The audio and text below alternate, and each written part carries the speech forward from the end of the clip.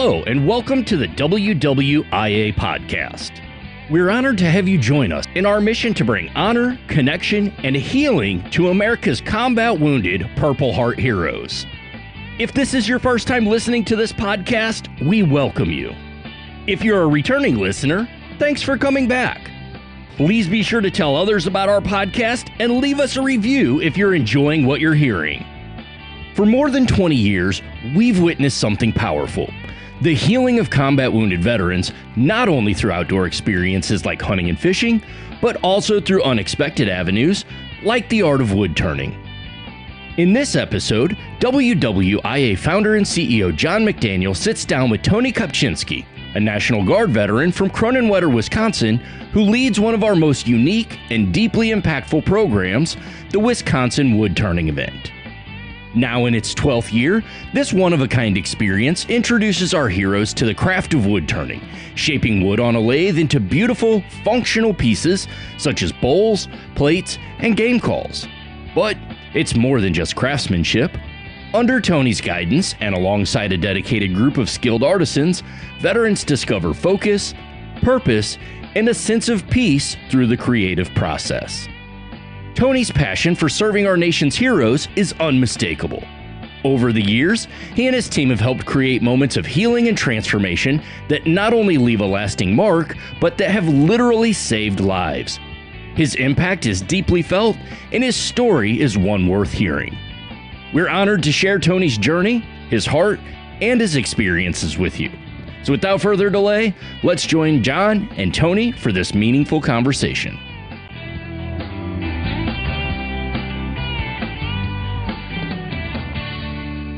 Hi, I'm John McDaniel, founder and CEO of the Wounded Warriors in Action Foundation, and this is our podcast, Honor, Connect, and Heal.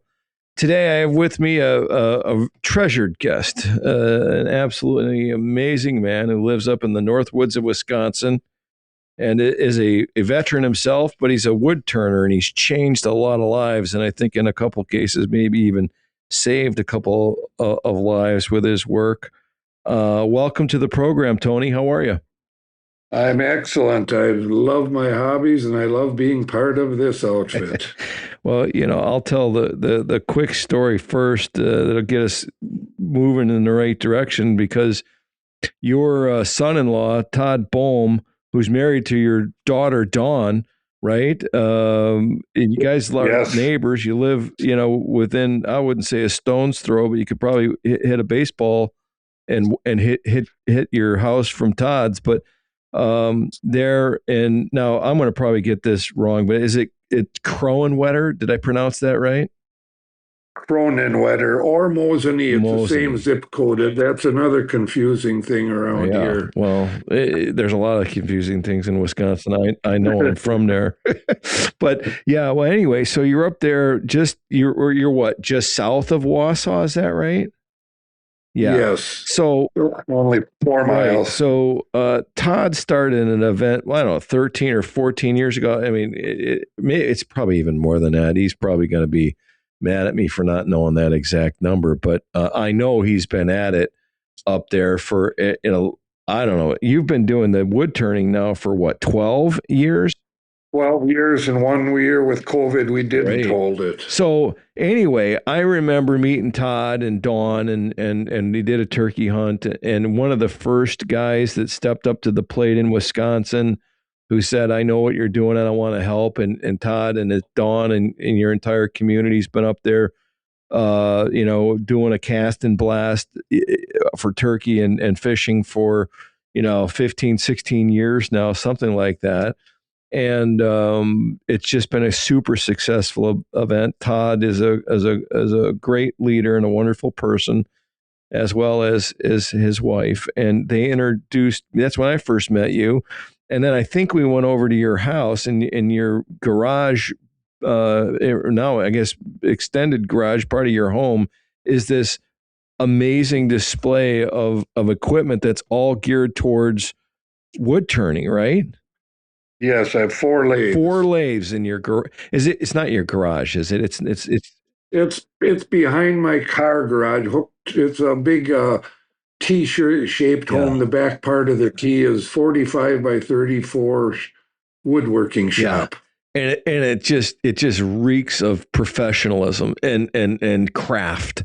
And there's, deer antlers everywhere. And it's just like, I remember one day, that's a few years after I met you, I was on the way back to Florida or something, and I swung in, and it was freezing cold out, and it was coming off a cold fall. And I stopped by your house there, and you opened up your wood shop for me, and we were in there checking stuff out. And I just remember what a great, I mean, it's like the perfect man cave. It's like, I don't know, you could just stuff everywhere, cool stuff everywhere. You got kennels for your dogs in there, and it was just it's just an amazing memory. And that's where the magic happens, isn't it? Yes, it is. I've got air compressor and dust collection in a little separate room connected to that. So because they're noisy, I can shut the door. It's designed to do a lot of work. And your products are just beautiful. I hope you know this. I hope you know this by now. But we have been collecting the work that you and the heroes have done for 12 years now, and we give them to people. I told you a while ago. I said, you asked me what you could do for us besides help these heroes learn the tremendous craft of wood turning, which we'll talk a lot about, I'm sure, here. But I said, Tony, what you're doing is so cool. I mean, you're making artwork out of wood, and it's bowls, it's plates, it's decorative. I mean, cribbage boards. I mean, there's a Harley Davidson motor, the engine of a Harley Davidson motorcycle with a clock on it there, and outside of my office here is this amazing eclectic mix of cool artwork that you guys have cranked out, and we're giving that to deserving people as a way as mementos, and saying thanks for what you did for our heroes. And they're going all around the country, and we created a website giving you credit and displaying your wares, and we're sending that out across our enterprise here at the WWIA to display your work and make people aware of your work. And it's just nothing short of incredible. I would have never guessed. So tell us, how did you get started doing all that, Tony? Well, that was when we met in the back of Dawn and Todd's home. We were sitting on their patio, and they're telling you about that, and you wanted to see some stuff that might work for sponsored gifts, and I brought you over to the shop, and you went home with a bunch of stuff that day. Right. And then you sent a whole bunch of challenge coins to me, and these get embedded in the plates and bowls and whatever kind of a Harley Davidson motor made out of wood, and clocks with emblem embedded in there, the challenge coin. And I passed those out at the wood turning clubs. I belong to 3 different wood turning clubs, and some of the guys make things that I would never even think of making, and those get all sent down to you. It's crazy. We've got there's a couple that we've kept here at the office that are like, personal favorites. They'll go to somebody. But there's just a couple that are just so remarkable and so beautiful. I just said to Dave Hintz, I don't know if you met Dave, but he's the guy in charge of Heights for Heroes. He's doing a fundraiser here coming up, a banquet. And I said, hey, man, would you be interested in a cribbage board from our wood turners? He's like, heck yeah, man. So I sent one to him, and guys are auctioning these items off, these beautiful items off that you and the heroes and your wood turner buddies are making, and they're making, it's having a monster impact, because now they've got something really cool, that a one-of-a-kind gift that they can auction off at a charity event, and the proceeds go to fund the missions that we do. It's really cool, man. What you're doing is really cool, Tony. I love it. I'm addicted to wood turning. I'll wake up in the middle of the night and think about something I'd like to make, and I can't wait to get up in the morning and go in my shop. There's an old saying. I heard this when I first got involved in doing this work, right? Helping the combat wounded. Somebody once said to me, they were talking about, the horrible suicide rate that veterans are, unfortunately enduring. And they said, that the saying goes, the idle hands are the devil's workshop, right? You've heard that. I imagine. Yeah. And so what you're doing is you're making the hands that once maybe were idle, create things. And there's a lot of cool stuff. They get bug when we send guys up there, and we've been doing it for 12 years now. Send guys up there to you who, just said, hey, I'm interested in this wood turning thing. What do you got going? Now, it's not really a world-class outdoor sporting event. I call it a one-off, but it's connected to a world-class sporting event. That's Todd's, cast and plast, of course. But it turned out, and I don't want to say I was skeptical, but if the heroes like it and it's making a difference in their world, then I'm all about it. And you check all those blocks, and you've just done an amazing job doing it. So I'm going to ask you, what do you think it is? Like when you meet these guys and they start picking up wood and putting them on a lathe, and you start teaching them what's going on. I mean, what's happening there? I mean, why do you think that works? It's so therapeutic for them to be doing something with their hands and their mind. I mean, you can't wood turn and have your mind somewhere else. You need to concentrate because you got a sharp knife in your hand. And after 4 days of this, almost every one of them go home and buy a lathe. That's great. It's just so therapeutic for them. Right. I've seen, I admire the pictures. I sign them every year. You do an event picture where the guys are standing there with the t-shirts you got them and the WWIA banner behind them. And usually they're holding a piece of artwork that they created. And it's just so heartwarming to me that people like you and Todd, stepped up to the plate and said, in my own way, I want to help, whatever that looks like. So I certainly I'm always going to feel indebted to you for what you've done for, these heroes. And I know you got a ton of stories. As a matter of fact, there was a YouTube video that was done on a TV. Well, I guess it was a news outlet there, a news channel outlet that did a bit that's on YouTube now. And I've watched that a couple of times. It features Larry Roselle. I think that's a name that probably he's a Purple Heart recipient. That's a name that very close friend. See, and it's not just, hey, let me teach you how to use this. Use these tools and turn some wood products. You've developed, like many others across the country, personal relationships with many of our heroes, and it enriches their lives. It enriches your life. And it's just really a wonderful thing. That's the connection piece that we always, talk about. But tell us a few stories. I'm sure you got some great stories about guys that you've met and things that have been said and done that had an impact on you.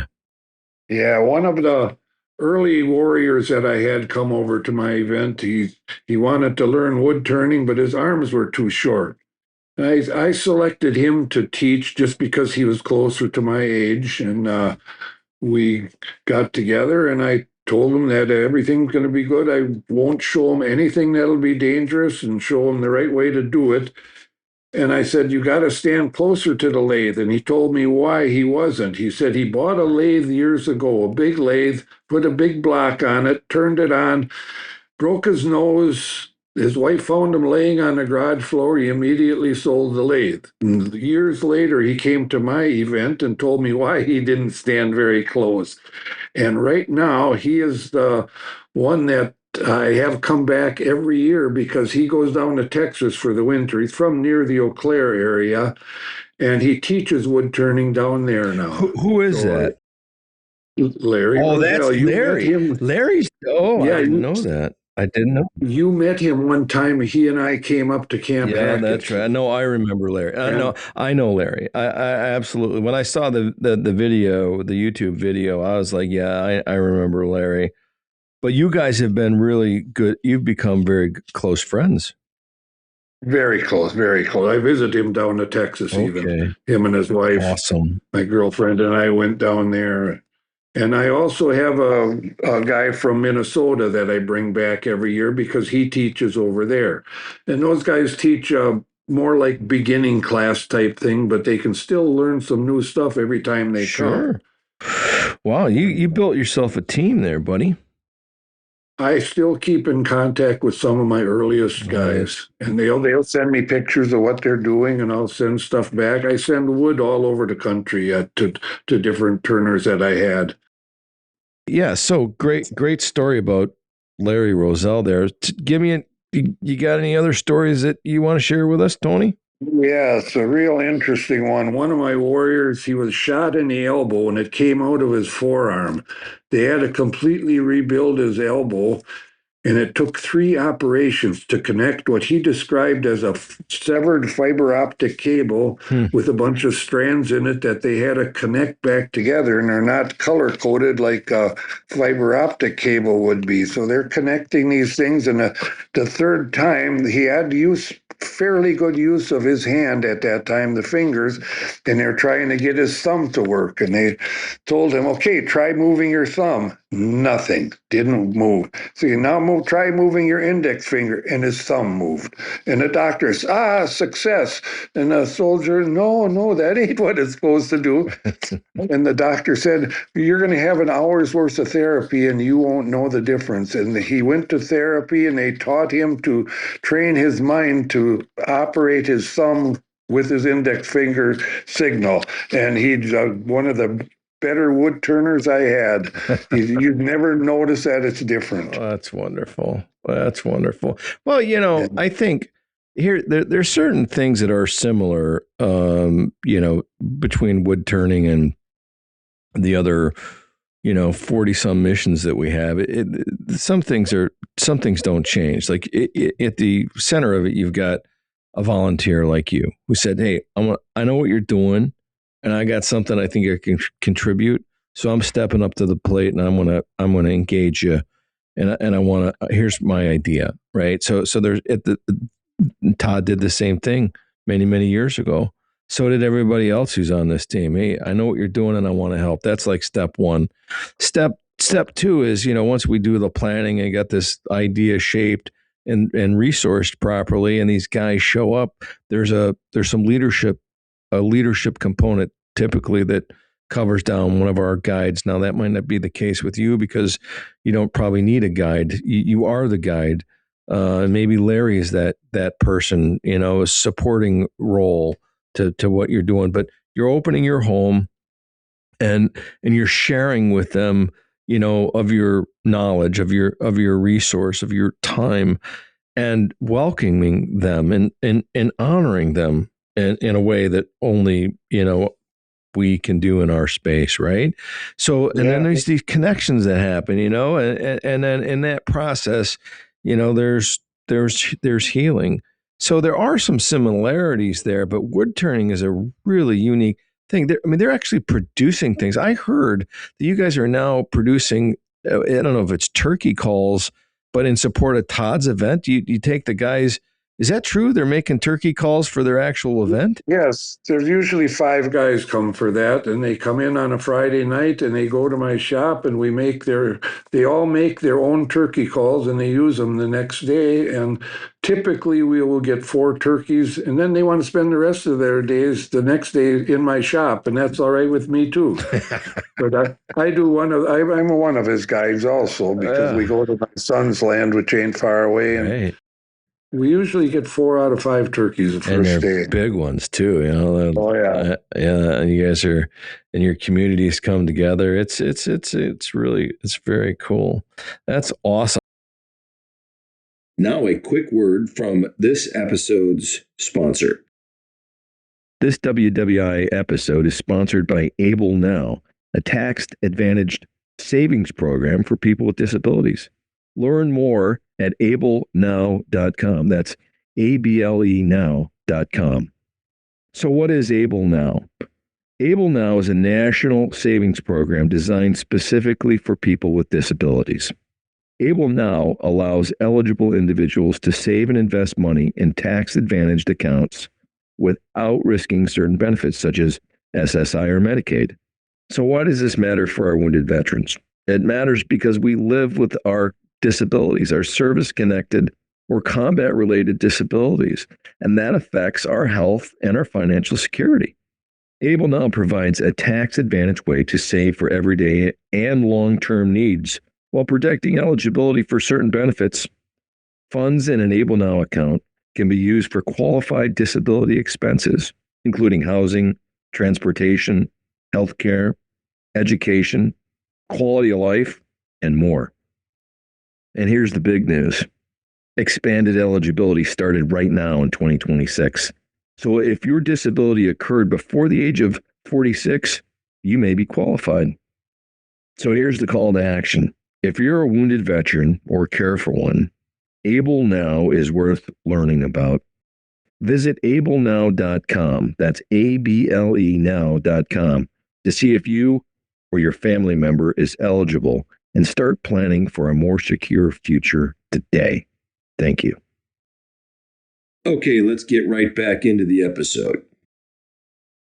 So, I mean, what do you get out of this? We know what the heroes are getting out of this. There's a lot, but what about you? You're a veteran. You served, right? You were in the Army. Yeah, I was in the National Guard though. I was after Korea and before Vietnam when I was in, and was at Fort Leonard Wood for basic training, Fort Sill for artillery, and Fort Lewis, Washington. Huh. But thank you for your service.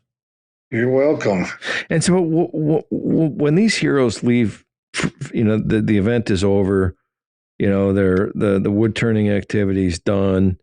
I mean, you're embedded in, you're doing this in support of Todd's event, and then you're doing it in a standalone, wood turning event that happens annually. You're on the 12th year of doing that. But when the heroes pack up their kit and go back to their home, and you're sitting there in your in your strata lounger or rocking chair or something like this, or just in your shop reflecting on what just happened, what's going through your mind? What to do next? I'm always looking for new wood. I just got a hold of some sumac, which is a bush, incredibly beautiful green wood. And I'm always on the lookout for whatever I can find, and I stop and ask people, and I tell them what it's about, and I usually get permission to cut it. Well, what are those things called on those? They're called burls on trees. They look like big knots. That's the ugliest scab you find on a tree, and every tree has a different kind of burl. I've got burls. I just found some sumac burls, and I belong to 3 clubs, and nobody ever heard of a sumac burl, and they're beautiful, but they're tiny. The only thing I know, I've heard of sumac before, but I've heard of poisonous sumac. That's not a poisonous tree, is it? That's not what we have around here. We have sumac bush. Okay. It grows alongside the road like weeds, and it grows fast, and it's soft wood, but it's just beautiful green inside. Yeah, I know what it looks like. It reminds me a little bit. It's a bush. It's not more, it's not like tag alder, but I know what you're talking about. It grows like crazy everywhere, but it doesn't really get to be like tree-like unless it gets really mature, right? Right. I even have some tag alder burls. Oh, do you? They're small. They're pretty. They're very beautiful. I like tag alders. A lot of people don't like them, but those things make an entire ecosystem themselves. It's crazy. But that means there's partridge nearby if you find tag alders. Oh yeah, they love it, don't they? I got half my property up there's tag alder. But so these burls are like there's you said like it's a scab on a tree, but you turn them into like bowls and decorative items, don't you? Beautiful, yes. What is it? I mean, why is there how does it form, and why does it form? What is it? If we knew, we would propagate them because they're valuable, but nobody can figure out why. There's no bugs in there, and we don't know why they form. But around here, cherry burls are very prevalent. So what can we? Okay, so if you're out there in Wisconsin or some other place and you see a tree, okay, and you're looking for a burl, it looks like it could be like the size of a softball, or it could be the size of a beach ball, but it's basically a big knot in the tree, right? Like a spherical knot. Yes, I've seen some maple ones that we needed to push up onto a tilt bed trailer with a tractor because the tractor couldn't pick it up. That's what I made for Camp Hackett. I made a sign out of that, and it was probably a 500 or 600 pound burl. No, it's beautiful. It hangs there. It hangs there today. It's the only sign that says Camp Hackett on it. You walk right in the bunkhouse. You wouldn't believe the bunkhouse. You got to come back up there, man. Now there's a whole addition on it where there's a pool table in there, thanks to Olhausen. Oh, yeah. I stopped up there a couple times last year because I hunt near there, north of Brantwood. Oh yeah, Stravelers Lane. Yeah, that area. Well, you have to come up there and check it out. I mean, nobody was ever around when I was there this year. That's the thing. You gotta catch it. You gotta catch it just right. But usually, we put it on the calendar. So there's a bear hunt. I don't attend that routinely in September, and then October, towards the end of October, we do another event. It's on the website. If you look at the calendar, maybe you can time it so you can come up and spend a little time with us, break bread with the heroes. I remember, didn't me and Todd do a podcast quite some time ago? We did. Yes, a long time ago. That's got to be close to 7-8 years ago. Wow, it's been crazy how time flies. But yeah, when you say your mind's always going after you get done with these events with these heroes, but what's going on inside of you? I mean, there's got to be. You got to feel like a sense of accomplishment, right? Right. I get pictures sent back from the Warriors almost probably 4 or 5 times a week that different people from 5, 6, 7 years ago are sending me pictures of what they've made. It's great. And they also keep in contact with the 3 guys that help me, because I got guys from the local clubs that come to help me teach. So it's one-on-one with them. That's awesome. That's just awesome. What you're doing is so cool. Well, you've shared so much with us. Is there anything, Tony, that you've got, in your little kit bag there that you'd like to talk about? I've got 3 kind of short stories here I would really like to relate. Let's hear them. I'm talking to 2 heroes about their injuries. One guy was shot in the head, and he said it was okay to finish his sentences because he'd lose his train of thought halfway through the sentence. And he said what happened to him, he said he was shot in the head, but he was able to motivate. And he's running down this alley, and he swears he could see the bullets hitting the wall in front of him. Not see the plaster fly, he swears he could see the bullet. He says, when you know you're going to die, he says, your life just slows right down. And the guy he was talking to said, I had a similar experience. He says, I was shot in the leg and the blood is spurting out. And I'm holding my hand over that, and I'm watching the ambulance come down the road, he said, and it took a week for that ambulance to get there. He said, yes, your life slows down. Wow. Boy, that's a story that can raise the hackles on the back of your neck. Right. It took a week for the ambulance to get there. Yeah, it didn't, but that's what it seemed like. That's right. No, that's right. I remember when the first time that I thought that I remembered like this idea of time slowing down, from a combat experience that I had.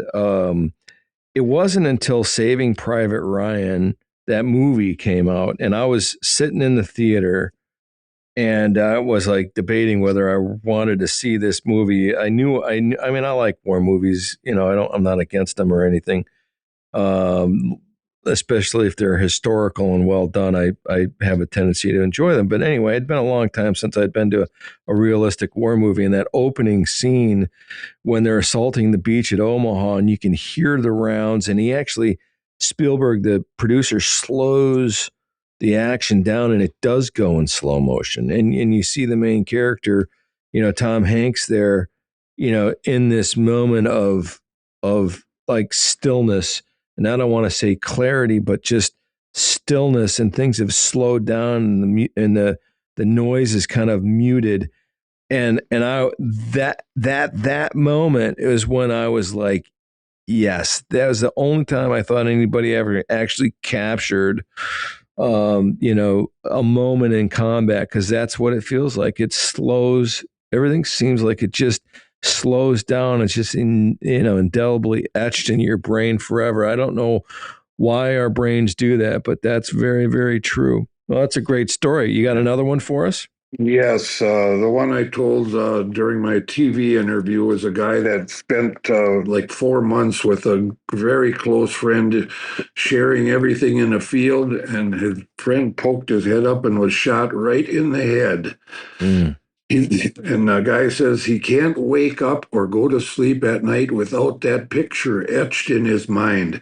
And he said he started wood turning if he wood turns for a day, he says, I sleep like a baby. That therapeutic is so incredible. Yeah.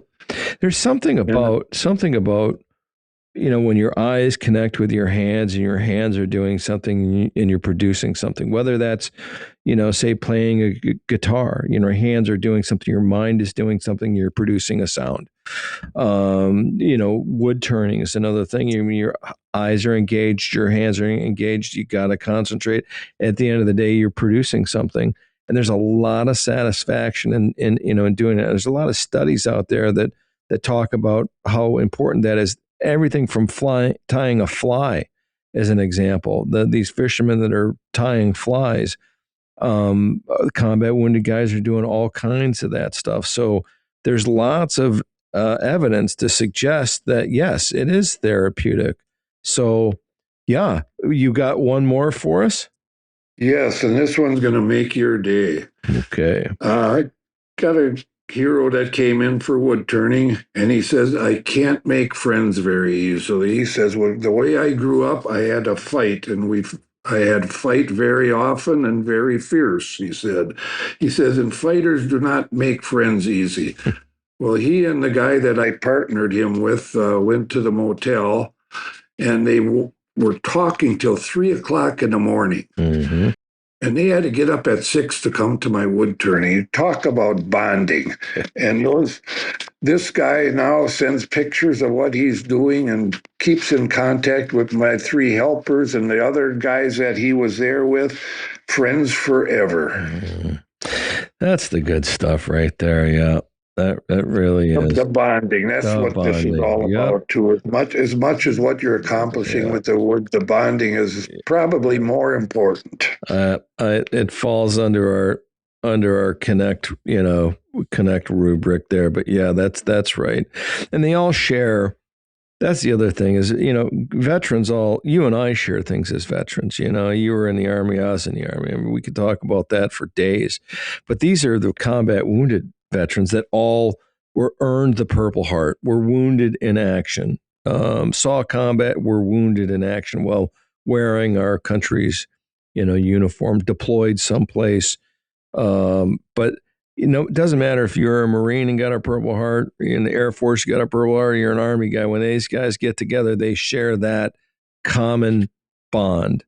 And boy, it's always like 1,000 points of light. This guy knows that guy. I was there. Yeah.